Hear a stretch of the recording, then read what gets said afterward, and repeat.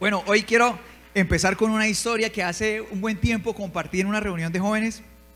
Nunca la he compartido en una reunión general de la iglesia, pero creo que es totalmente,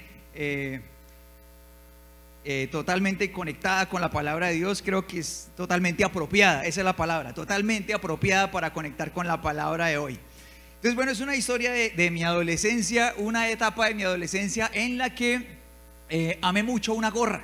Y no es que yo haya sido fan de las gorras a lo largo de mi vida, de hecho las he usado muy poco, pero en esa etapa de mi vida amé una gorra, la amé mucho. Fue un regalo que me hicieron, era una gorra de los Yankees de Nueva York. Era una gorra muy sencilla pero hermosa, se veía muy bonita, pues a mi gusto, era muy linda, era toda azul oscuro y tenía el logo de los Yankees al frente bordado en blanco, era muy bonita. Me gustaba tanto que yo buscaba ponérmela todo el tiempo, entonces buscaba combinarla con toda la ropa que podía. Bueno, por esos colores creo que todos nos damos cuenta de que no es difícil de combinar la gorrita, ¿cierto?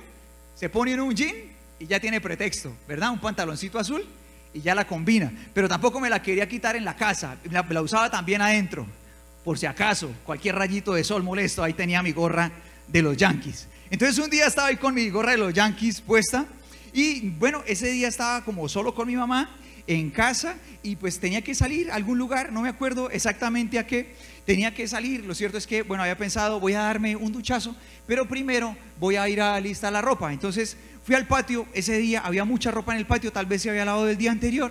Fui al patio y allá y empecé a mirar, bueno, voy a poner camiseta y me la puse acá en el hombro. Voy a ponerme una pantalonetica por aquí, ¿sabes? Que lleguen como a la rodilla, me la puse, la escogí, me la puse acá.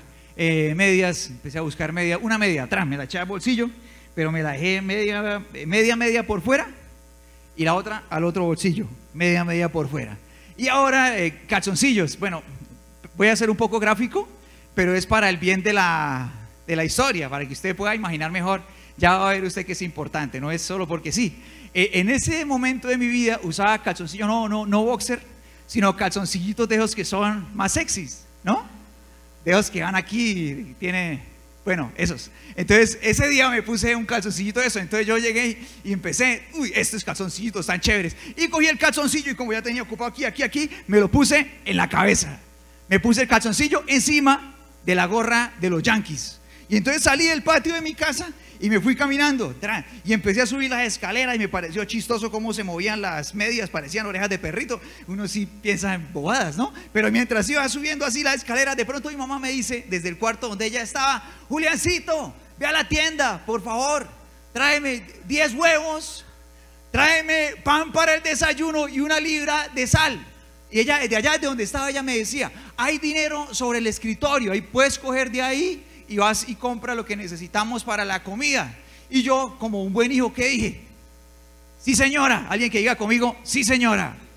De paso entrenamos para cuando toque en la casa. ¿Cómo se le dice a la mamá? Sí, señora. Bueno, listo. Entonces yo terminé de subir la escalera. Yo dije, bueno, voy a ir a mi cuarto. Entonces terminé de subir la escalera, voy a mi cuarto, llego a mi cama y dejo la camiseta, dejo la bermuda, me saco una media, me saco la otra, voy por el dinero y me voy para la tienda. Salgo para la tienda, salgo para la tienda y entro a la tienda. Y yo entro y voy pensando, y cuando yo entro y veo a la vecina me mira así, abre esos ojazos, y yo pensé dentro de mí, obvio, mi gorra de los Yankees, pero es que era de esperarse, o sea, es tremenda gorra, por eso es que la uso todo el tiempo. Y entonces la vecina se queda así mirándome, toda cautivada. Yo, pero tranquila, vecina, tranquila. Sé que soy guapo, pero tranquila, vecina. Entonces yo le dije: vecina, me hace el favor, me da 10 huevitos y 3 paqueticos de pan. Y la vecina: sí, señor. Se voltea así como que no me quería quitar los ojos de encima. Yo, pero vecina, ya me está haciendo sentir como achatado. Yo pensaba, ¿no? Y de pronto yo miré para otro lado y en la tiendita había una mesa y había unos señores tomándose ahí algo y charlando, pero cuando yo los volteé a mirar, ellos estaban mirándome así. Y yo los miro y yo dije: lo sé. Yo pensaba dentro de mí: lo sé, mucha clase, mi gorra tiene mucha clase, ya lo sé.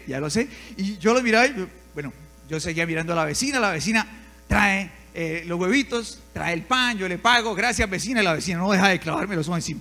Yo tomo los vueltos, tomo la compra y me voy para la casa, llego, dejo las cositas ahí en la cocina, los vuelticos en su lugar, y mientras voy subiendo para el cuarto, mi mamá dice: ¿compraste la sal? ¡Ay! La sal. Me devolví, cogí plato otra vez. Salí otra vez y llego a la tienda, y cuando yo entro a la tienda, los señores de la mesa como ellos pensaban: ¿eso es real? Y yo entré a la tienda y yo decía: sí, es real, es mi gorra de los Yankees, ¿ah? Y yo entro y la vecina me vende una librita de sal, me da el favor, soy la vecina. Y la vecina va, me vende la librita de sal, los vueltos.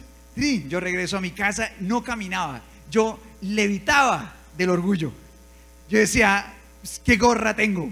Me devuelvo, me voy para la casa, entro a mi cuarto. Cuando me di cuenta, cuando llego a mi cuarto y empiezo a quitarme todo para ya sabes qué pasó, ¿no? Cae la gorra de los Yankees con sus calzoncillitos encima. Con sus calzoncillitos encima. Ya te imaginarás la vergüenza tan terrible que yo pude sentir en ese momento allá en mi cuarto solo. Cuánta pena yo sentí. Y yo creo que esta historia nos puede ayudar a reflexionar acerca de cuánta diferencia puede haber entre la manera como nosotros nos vemos y como nos ven los demás, ¿verdad? Cuánta diferencia puede haber, todavía mayor, entre la manera como yo me veo y como Dios me ve.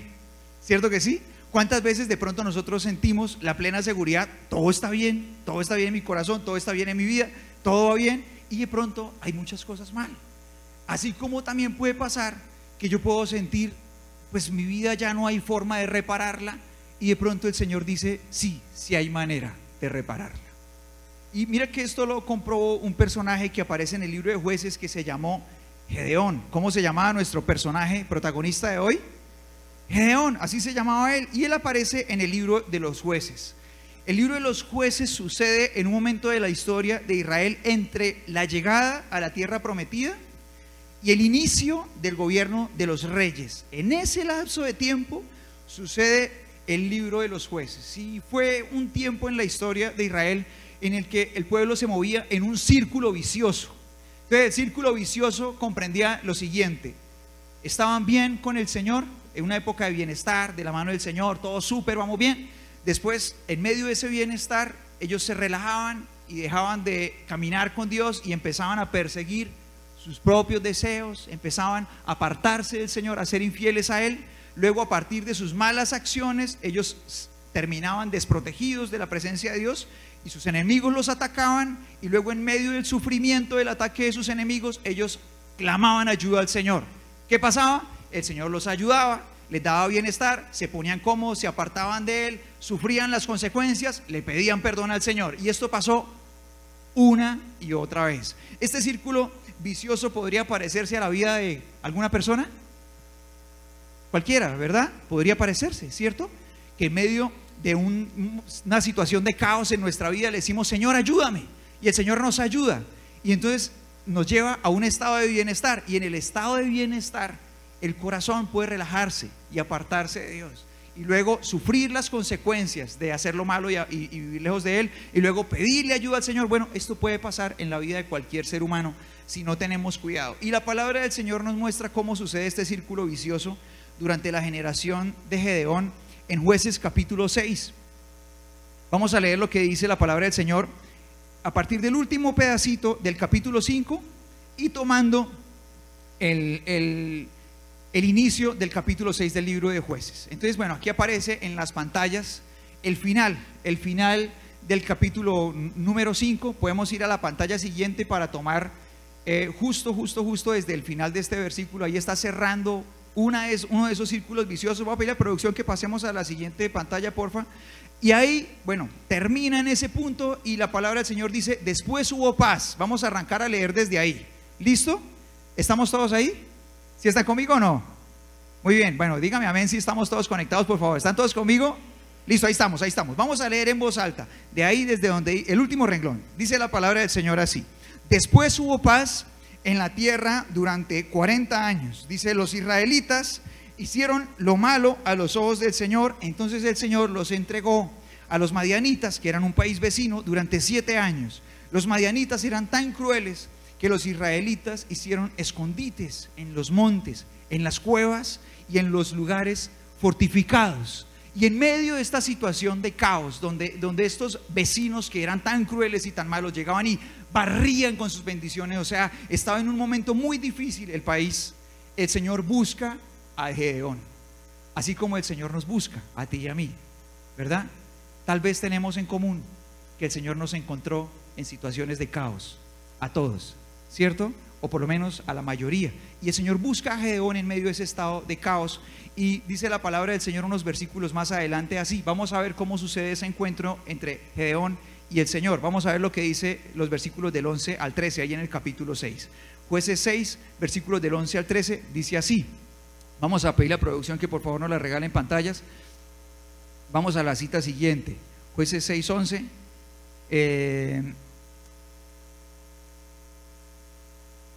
Es la otra cita. Es la otra cita, Jueces 6, 11.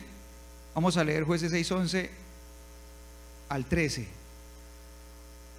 Bueno, parece que no la tenemos ahí, entonces voy a leerla para todos. ¿Listo? La palabra del Señor dice así. Dice, después el ángel del Señor vino y se sentó debajo del gran árbol de Ofra que pertenecía a Joás, del clan de Abiezer. Dice, Gedeón, hijo de Joás, estaba trillando el trigo en el fondo de un lagar para esconder el grano de los madianitas. Entonces el ángel del Señor se le apareció y le dijo, ¿quién se le apareció a Gedeón? ¿Y quién es el ángel del Señor? Bueno, mira que en la Biblia, cuando se habla de ángeles, pues en muchos casos se refiere a mensajeros de Dios, seres espirituales que son mensajeros de Dios. Pero en este caso, como en otros lugares del Antiguo Testamento, este ángel del Señor no se refiere a un mensajero de Dios, sino que se refiere al Hijo de Dios, que en el Nuevo Testamento se revela a nosotros como ¿quién? Como Jesús, ¿verdad? En este momento no se manifiesta como Jesús, no es un ser humano de carne y hueso como tú y yo, era un ser espiritual, poderoso, todopoderoso, pero la palabra del Señor lo identifica así, como el ángel del Señor es el Hijo de Dios. Y le dice a Gedeón de la siguiente manera, le dice, guerrero valiente, el Señor está contigo. El Señor respondió, Gedeón, entonces el Señor respondió Gedeón, si el Señor está con nosotros, ¿por qué nos sucede esto? ¿Y dónde están todos los milagros que nos contaron nuestros antepasados? ¿Acaso no dijeron, el Señor nos sacó de Egipto, pero ahora el Señor nos ha abandonado y nos entregó en manos de los madianitas? Y aquí tú y yo empezamos a darnos cuenta de cómo veía Gedeón su propia vida, y en primer lugar empezamos a ver cómo él veía su relación con Dios. Entonces hagámonos una primera pregunta. ¿Cómo veía él a Dios?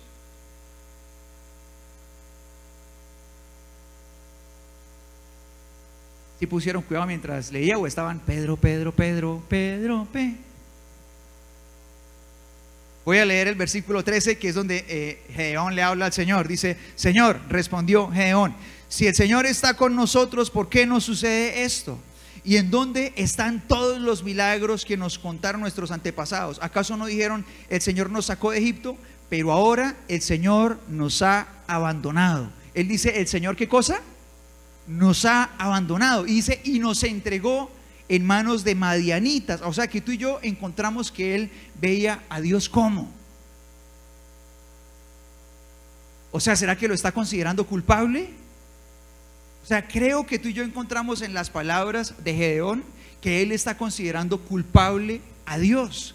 En ningún momento Gedeón dice, es que nosotros la embarramos, ¿cierto? Él no dice, no, es que nosotros nos apartamos del Señor, empezamos a hacer muchas cosas mal y por eso el Señor se tuvo que apartar de nosotros y estamos en las que estamos. No, él no dice eso. Él dice, ¿dónde está Dios?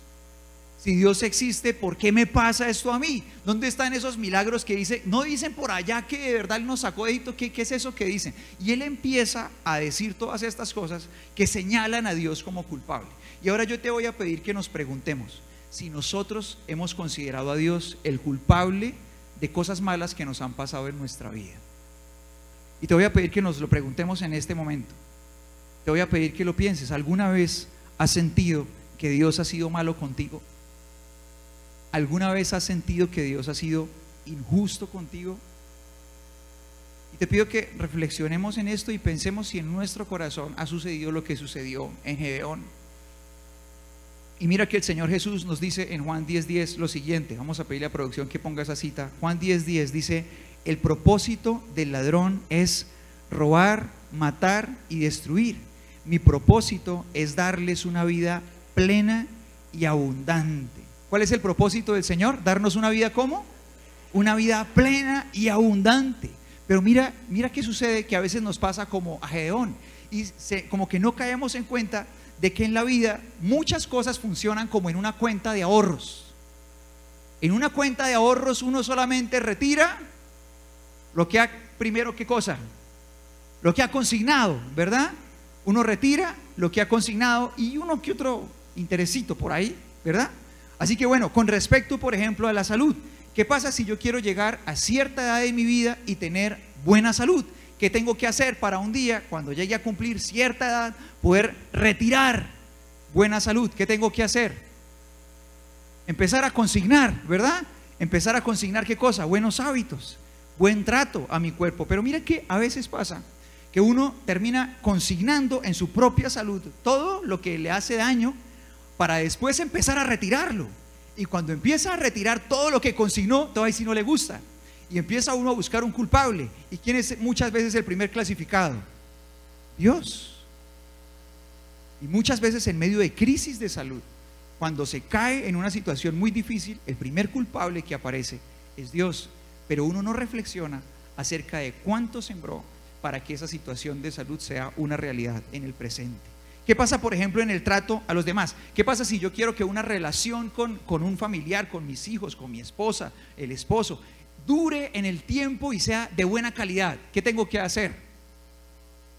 Yo tengo que sembrar en esa relación, ¿verdad? O sea, utilizando la analogía que estamos usando, yo tengo que consignarle a esa relación, tengo que sembrar en esa relación buen trato. Si yo quiero que en el paso del tiempo todos esos detalles de amor yo después los pueda retirar también, y con el paso del tiempo yo pueda disfrutar de lo mismo que sembré, ¿cierto que sí?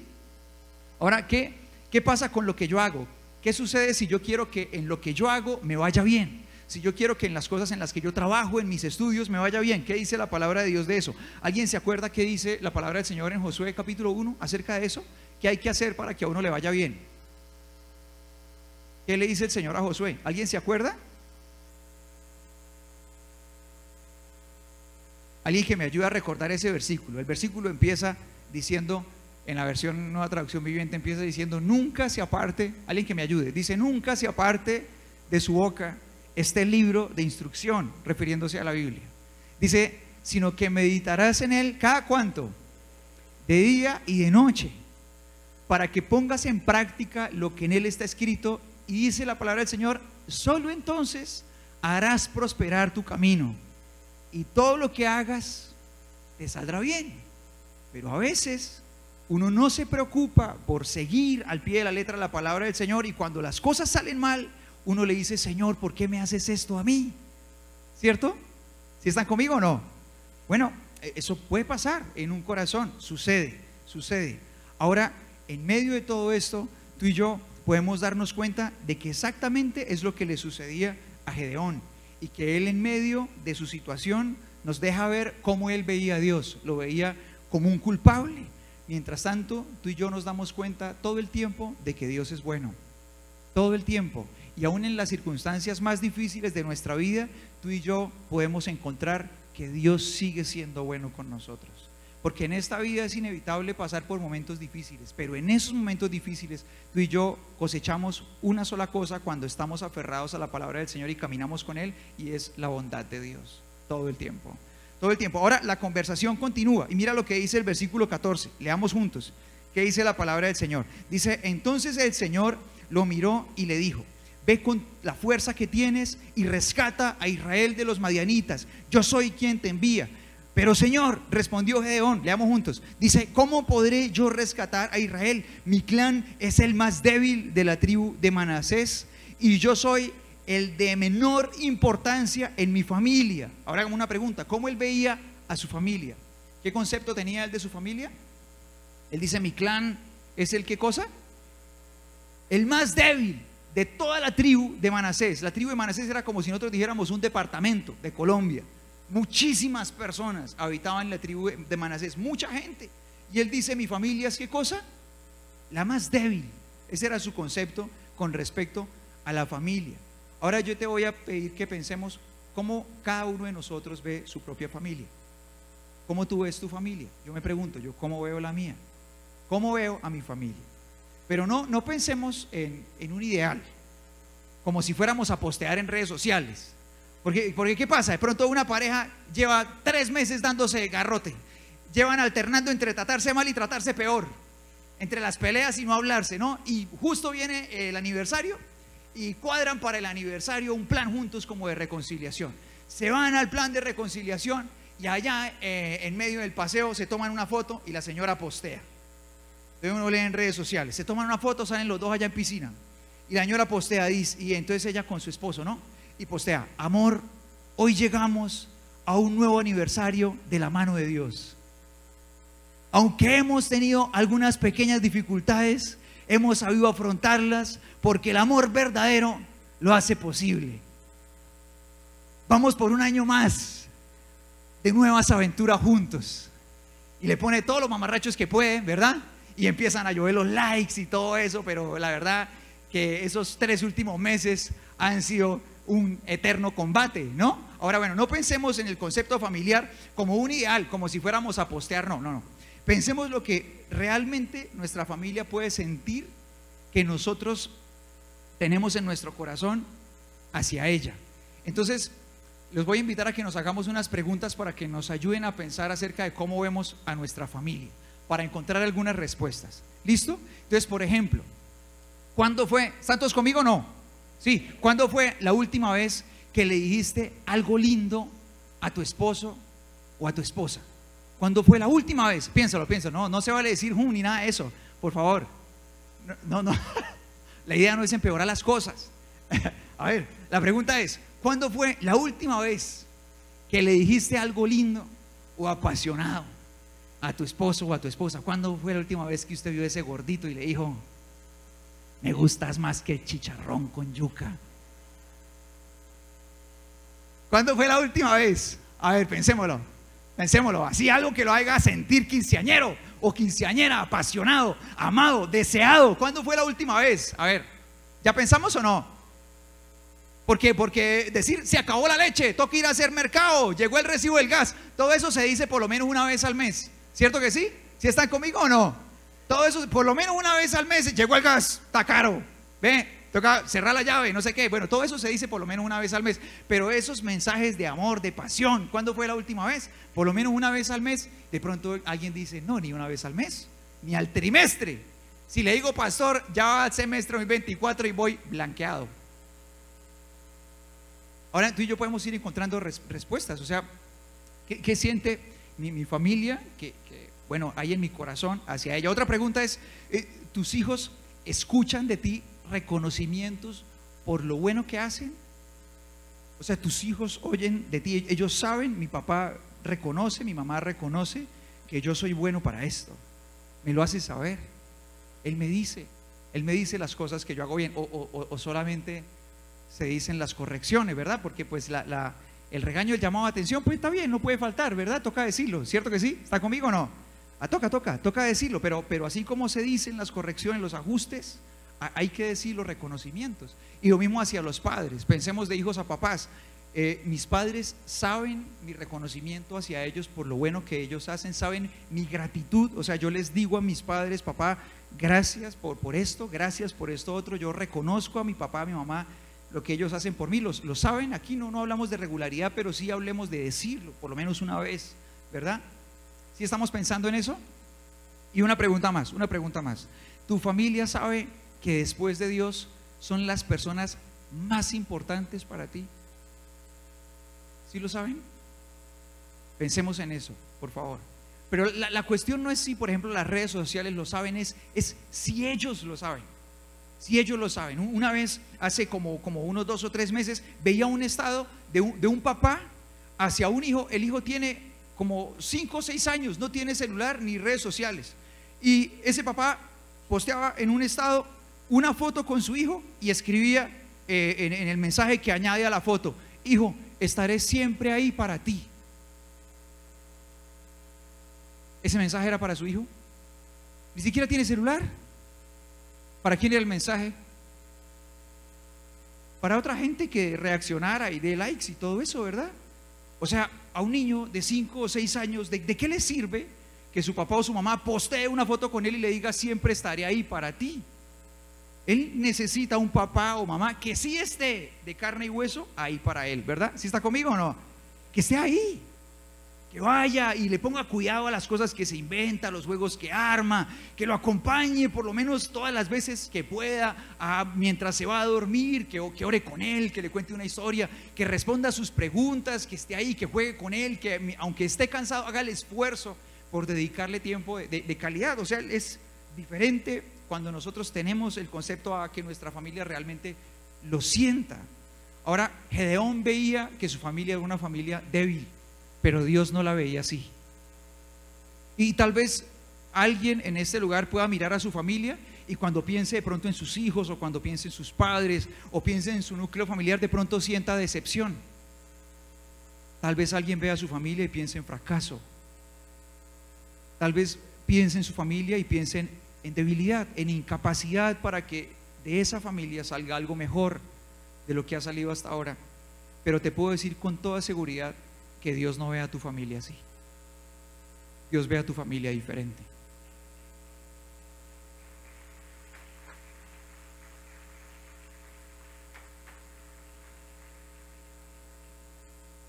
Y mientras Gedeón consideraba a su familia gente incapaz de pelear el reto que tenía por delante, Dios consideraba que con ellos podía conseguir la libertad de toda una nación. ¿Te imaginas lo que Dios puede pensar acerca de tu casa? Lo que pasa es que lo que Dios ve acerca de nuestra familia es muy diferente a lo que tú ves, a lo que yo veo. Es mucho más grande. Ahora, ¿cómo se veía Gedeón a sí mismo? En esta misma conversación, tú y yo nos damos cuenta de cómo se ve él a sí mismo. Y te voy a pedir que leamos el versículo 15 una vez más. La palabra del Señor dice así, leámoslo juntos. Dice: pero Señor, respondió Gedeón, ¿cómo podré yo rescatar a Israel? Mi clan es el más débil de toda la tribu de Manasés, y yo soy el de menor importancia en toda mi familia. El menos, lo peor de mi casa soy yo. Y ahora yo te invito a que nos preguntemos: ¿qué pienso yo de mí? ¿Cómo me veo a mí mismo? Y te voy a invitar a que pensemos en eso, porque en esta misma conversación aparece lo que Dios piensa de Gedeón. ¿Sí te has dado cuenta? ¿Has notado que en lo que hemos leído aparece lo que Dios piensa de Gedeón? Es muy diferente a lo que él pensaba de él mismo. Y cuando Dios saluda a Gedeón, lo primero que le dice el Señor a Gedeón, allá en los primeros versículos que leímos, fue: guerrero valiente, el Señor está contigo. ¿Qué estaba haciendo Gedeón? Estaba escondido, tratando de ocultar algo de la cosecha para que no se lo fueran a robar. Más se parecía a un cobarde. Pero el Señor le dice: guerrero valiente, el Señor está contigo. Más adelante, cuando él responde: pero ¿y dónde está Dios? Que yo no lo veo. ¿Dónde están los milagros que Dios hace? El Señor pasa de largo esas palabras, y lo que le responde es: ve con tu fuerza que tienes y rescata a Israel de los madianitas. El Señor veía todo este potencial, y después de que Gedeón le dice al Señor: pero es que yo soy lo peor de mi casa, el Señor le dice en el versículo 16 esto que te invito a que leamos juntos. Te pido que leamos el versículo 16, por favor, de Jueces 6. El Señor le dijo, dice la palabra del Señor así: el Señor le dijo: yo estaré contigo y destruirás a los madianitas como si estuvieras luchando contra un solo hombre. Y yo te invito a que nos preguntemos una vez más: ¿cómo me veo? ¿Qué concepto tengo de mí mismo? Y yo te quiero preguntar si tú crees realmente que el Señor puede hacer todas las cosas nuevas en ti, que el Señor puede cambiarte por completo. Yo te quiero invitar a que te preguntes si crees realmente que tu vida tiene un propósito en la mano de Dios, que no estás aquí porque sí, que cuando el Señor te ve a ti, ve en cada día de tu vida un milagro utilizable al 100%. mucho más de las distracciones y tantas cosas que podrían llenar nuestra vida cotidiana. Y yo te quiero invitar a que pensemos si creemos realmente en que el Señor desea tener una relación personal contigo, que tú lo conozcas de verdad, que yo lo conozca cara a cara, que podamos tener una conexión con el Señor de padre a hijo, de hijo a padre, si creemos de verdad que Dios puede usar nuestra vida para hacer un milagro para otros. Todas esas cosas Dios las ve en ti. Y cuando muchas veces en medio de las circunstancias nosotros nos descalificamos a nosotros mismos, cuando muchas veces en medio de las circunstancias difíciles creemos que el propósito de Dios es para otras personas, cuando muchas veces en medio de las circunstancias difíciles creemos que tal vez una relación de conexión cercana con Dios es para otras personas, el Señor nos permite tener esta palabra aquí en nuestras manos para que tú y yo recordemos que todos esos pensamientos tan cortos pueden caber en nuestra mente, pero no en la mente de Dios. Dios tiene pensamientos muy diferentes acerca de ti, son mucho más grandes de lo que tu mente pueda imaginar. Por encima de tus errores, tu pasado, tu fracaso, las cosas que has hecho, Dios ve en ti muchísimas cosas más grandes de las que tú y yo podamos imaginar. Ahora, mira esto. Ahora, para poder vivirlo, Gedeón necesitó encontrarse con Dios. Y la palabra del Señor dice que después de esta conversación, mientras están viviendo este momento con el Señor, sucede esto. Mira lo que dice el versículo 22. Vamos a leerlo juntos. Leámoslo en voz alta. Dice: cuando Gedeón se dio cuenta de que era el ángel del Señor, o sea, él reconoció que era Dios, él clamó: Señor soberano, estoy condenado. He visto cara a cara al ángel del Señor. No te preocupes, le contestó el Señor, no tengas miedo, no morirás. Entonces Gedeón construyó un altar al Señor en ese lugar y lo llamó, ¿cómo? Lo llamó Yahvé Shalom, que quiere decir ¿qué cosa? El Señor es ¿qué cosa? Alguien que lo diga fuerte. ¿Quiere decir qué cosa? El Señor es paz. Dice que la palabra del Señor, que ese altar sigue en Ofra, en la tierra del clan de Abiezer, en su familia, hasta el día de hoy, hasta el momento en el que se escribió este libro. Ahora, ¿cuándo vino la paz de Dios al corazón de Gedeón? ¿Cuando se fueron los enemigos? No. ¿Cuando su familia cambió? No. ¿Cuando él entrenó y se dio cuenta de que era mejor soldado de lo que podía ser en ese momento? No. ¿Cuándo vino la paz de Dios a su corazón? Cuando él se encontró con Dios. Mira que nosotros a veces creemos que la paz de Dios vendrá a nuestra vida cuando todas las cosas estén perfectas. Cuando los chicharrones en la familia se acaben, entonces yo voy a tener paz de Dios para poder vivir tranquilo. Y resulta que es al revés. Yo necesito la paz de Dios primero para poder empezar a trabajar por una familia que pueda ver la voluntad de Dios hecha real en medio de ella. Yo necesito la paz de Dios primero en mi corazón, y cuando el Señor llena mi corazón, yo empiezo a ver a mi familia con los ojos de Dios. Empiezo a ver al Señor como es Él realmente. Empiezo a verme a mí mismo como Dios me ve. Entonces empiezo a ver, a tratar, a hablar de todas las cosas como el Señor quiere que yo lo vea. Entonces, bueno, por ejemplo, ¿cómo crees que Dios ve tu matrimonio? ¿Como un ring de artes marciales mixtas? No, ¿cómo lo ve el Señor? ¿Cómo lo verá el Señor? ¿Cuesta trabajo?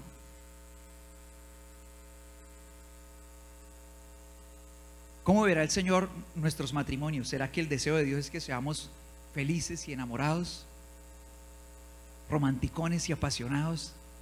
¿Será que sí o no? ¿Sí o no? ¿Quién dice que sí? ¿Quién dice que sí? ¿Quién dice que sí? ¿Quién dice? Alza la mano, alza la mano. ¿Quién dice que sí? ¿Quién dice que sí? ¿Quién dice que sí? Sí, sí, el Señor lo ve así. El Señor es el diseñador del amor verdadero. Ahora, ¿qué vamos a esperar para tratar ese matrimonio de esa forma? Y de pronto alguien diga: no, es que yo no soy romántica, ni apasionada, ni amorosa, porque mi marido no cambia. O sea, lo vamos a tratar el matrimonio bien cuando todo esté perfecto. La palabra del Señor dice al revés, que nosotros debemos empezar a actuar primero para poder ver el fruto de aquello que nosotros estamos sembrando. O sea, tú y yo no podemos esperar a que nuestro matrimonio sea la perfección para recordar que nos llegamos a ese lugar, que decidimos estar en ese lugar porque estábamos enamorados, para recordar que necesitamos ser personas amorosas, detallistas, todas esas cosas. No necesitamos, no debemos esperar a que todo sea perfecto, porque no va a suceder. Necesitamos empezar desde antes. Y esto fue lo que el Señor hizo en Gedeón, y de la misma forma en nuestra relación con nuestros padres, con nuestros hijos, con nuestra propia vida. O sea, yo no puedo esperar a que todo sea perfecto para empezar a actuar como el Señor quiere que yo actúe con todo lo que yo tengo en mi vida, sino todo lo contrario. Necesito encontrarme con Dios para empezar a tratar todo lo que yo soy como el Señor realmente sabe que yo necesito hacerlo. Ahora, la cuestión es que el problema grave para que ellos se hubieran desviado tanto y su visión estuviera tan distorsionada radicaba en una decisión que ellos habían tomado, y era que ellos habían decidido dejar de ser fieles a Dios para construir sus propios ídolos.